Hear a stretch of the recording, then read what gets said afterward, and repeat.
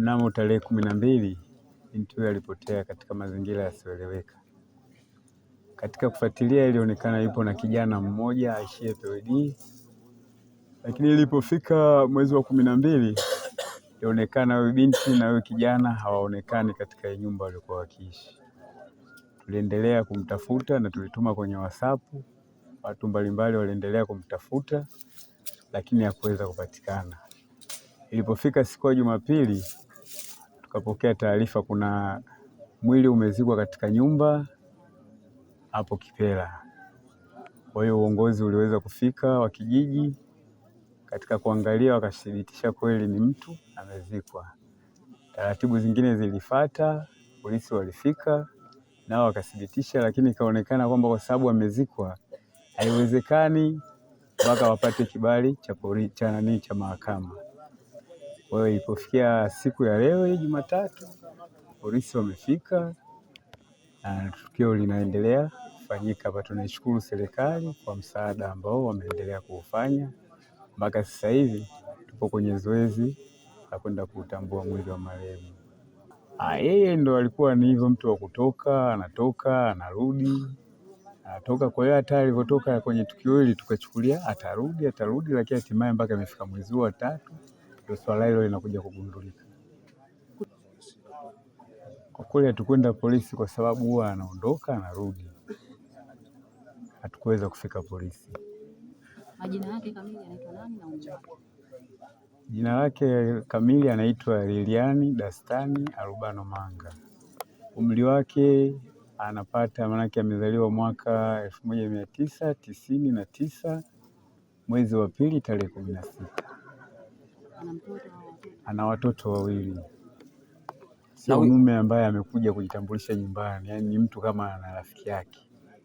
Na yeye alishakuwa na mume? Yeye alizaa wale watoto, kwa sasa ana mume.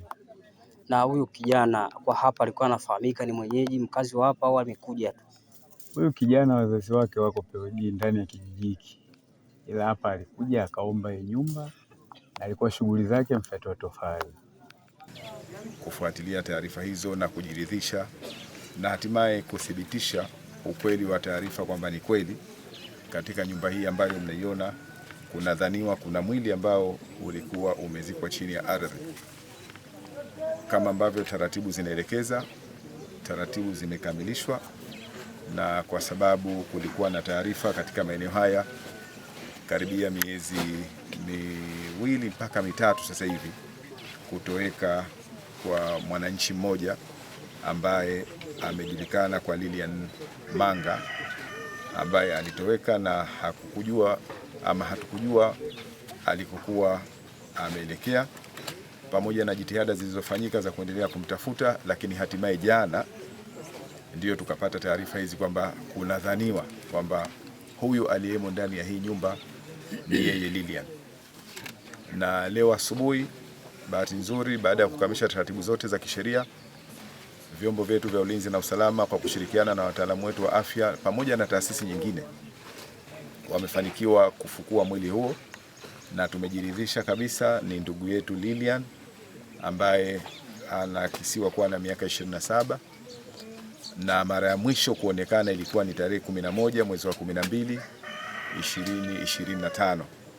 Baada ya hapo hakuweza kuonekana tena, kwa sababu taarifa za ndani zitatolewa na vyombo vyetu vya ulinzi na usalama, lakini wenzetu ambao wako kwenye maeneo haya wanatueleza kwamba hapa alipokuwa akija alikuwa akimfuata kijana mmoja ambaye anaitwa Khalidi Mavuze ambaye anakadiriwa kuwa na umri wa miaka 37.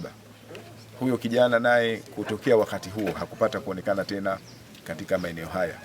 Tukio kama hili ni la pili sasa kutokea,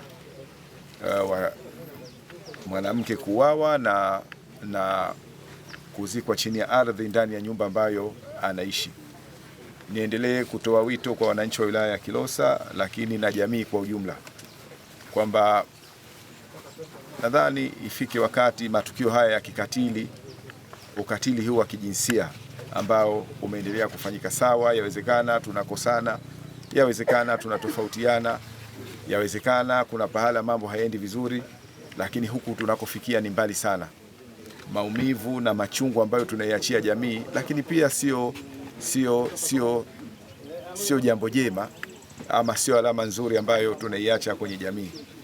Leo hii tunashuhudia tena tukio la pili la ndugu yetu huyu Lilian, ukiachilia lile ambalo lilitokea kule Kimamba, lakini tukio jingine hili la leo la ndugu yetu Lilian naye akiwa ameuawa kikatili.